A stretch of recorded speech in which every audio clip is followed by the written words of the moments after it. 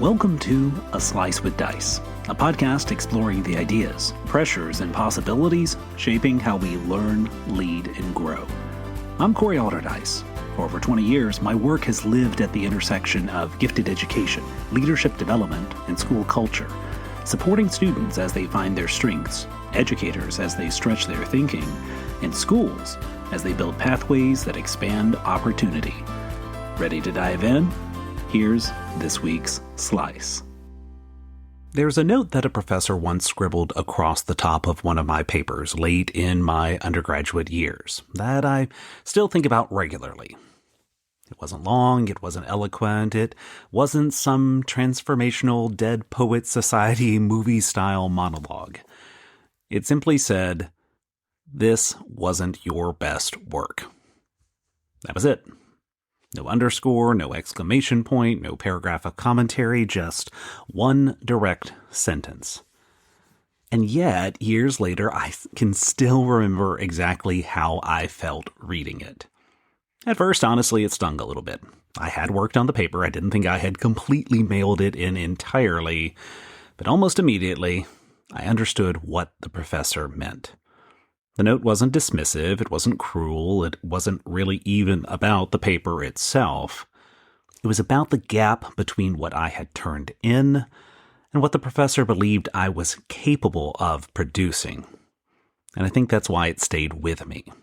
Because underneath the critique was something strangely affirming. I know you can do better than this.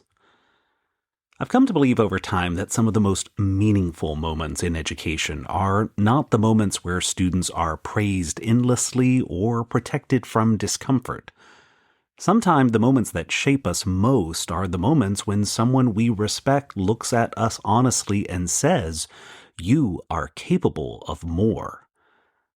But I've also come to realize something else over the years. That kind of candor only works when it exists inside a relationship of trust. And I learned that lesson the hard way early on in my own career. I was working with a student ambassador program, and one of the students had been selected for an interview with the local newspaper. It was one of those first visible leadership moments students often get in schools. They're excited, nervous, trying to represent themselves and their institution well. But at some point in the conversation, the student mentioned earning a C in a chemistry course as the final grade, and then added something to the effect of, "But it was the best that I could do." And I reacted to that statement. Probably more sharply than I should have, because something about the phrase bothered me deeply. Not the grade itself necessarily, but the framing of it. Because a C, generally speaking, is average work, acceptable work, passing work, and maybe that reflects my own wiring and educational philosophy, but I struggled with the idea of a bright, capable student simply settling into the belief that average performance represented the outer limit of their capacity. And in retrospect, I realized there were probably two very different thoughts colliding in my head at once. The first concern was about effort and expectations. I worried about young people prematurely deciding what they're capable of.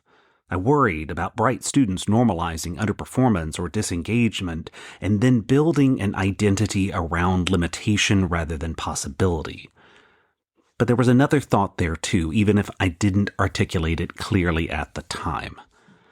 If a student's absolute best effort in a foundational course results in a C, then maybe we also have to ask whether the environment itself is the right fit, whether the level of challenge, the pacing, the preparation, or the support structures are aligned appropriately. Because rigor without support is not excellence, it's just pressure. But here's the part of the story that stayed with me. Later, my supervisor pulled me aside and criticized the way I had challenged the student. Student had apparently gone back and said that they had never felt so small after that conversation. And honestly, that bothered me. It still bothers me. Not because I think the underlying instinct or claim was entirely wrong, but because it forced me to confront something important. Intent and impact are not always the same thing. As educators, we often believe we are commenting on efforts, habits, preparation, or performance. But students often hear commentary about their worth, especially adolescents. Teenagers are still developing the emotional ability to separate "I produced disappointing work" from "I am disappointing." Adults sometimes forget that because many of us have learned over time how to metabolize critique differently.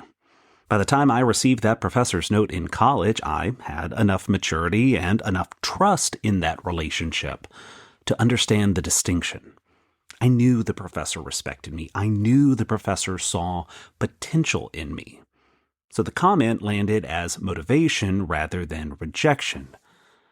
But that relational context matters enormously. The exact same sentence can function as encouragement, mentorship, humiliation, or dismissal depending on who says it, when they say it, and what kind of trust already exists between the two people. And I think that's something that education struggles with right now in both directions.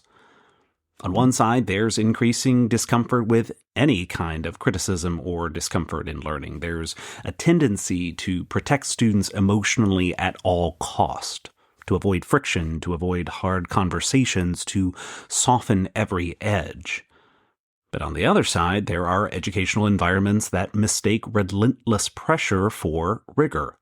Places where students are constantly evaluated, compared, optimized, and pushed without enough relational grounding or emotional support. And to be clear, neither extreme is healthy. Students do need challenge. But they also need adults willing to say, "This isn't your best work. You can do more. You're capable of greater depth, greater discipline, greater care." But challenge detached from relationships often feels like judgment. And support detached from challenge can quietly become condescension. I think the best educators somehow manage to hold both simultaneously. They communicate, "I believe in you enough to challenge you, and I care enough to help you through the challenge." And that's hard. In fact, it may be one of the hardest things educators do because students remember these moments intensely and often asymmetrically. I remember my professor's note as one of the most meaningful pieces of feedback I ever received. But my student probably remembered my comments as one of the moments that they felt the smallest. And honestly, both memories are fully valid. That's the complexity of this work. The same educational instinct, wanting someone to rise to their potential, can either inspire growth or inflict shame depending on the surrounding relationship, the emotional maturity of the student, the delivery, the timing, and the context. I think about that more now, certainly, than I did earlier in my career. Especially in high-achieving schools and talent development environments where students often fuse achievement with identity, where grades stop feeling like information and start feeling like verdicts about who they are as people. That's dangerous territory because growth requires discomfort, but shame shuts growth down. And those are not the same thing. And I increasingly think one of the central responsibilities of educators is creating environments where students can encounter honest challenge without interpreting it as personal diminishment. Where students can hear "this wasn't your best work" without hearing "you are not enough." That balance is delicate. Sometimes we get it wrong by demanding too much without support. Sometimes we get it wrong by protecting students from the very friction that helps them discover what they are capable of becoming. But perhaps the goal is not eliminating discomfort from education altogether. Perhaps the goal is ensuring that discomfort exists inside relationships strong enough to sustain it. Because the best teachers, professors, mentors, and coaches are not the ones who simply make students feel good in the moment. They are the ones who help students grow without making them feel small. And that's a far more difficult task than simply being demanding or simply being kind. A Slice with Dice is a production of Aldercube. Thanks for making time to reflect with me. If you're finding value in these episodes, I hope you'll subscribe and help spread the word. Until next time, lead boldly, listen closely, and keep pushing forward. I'll see you then.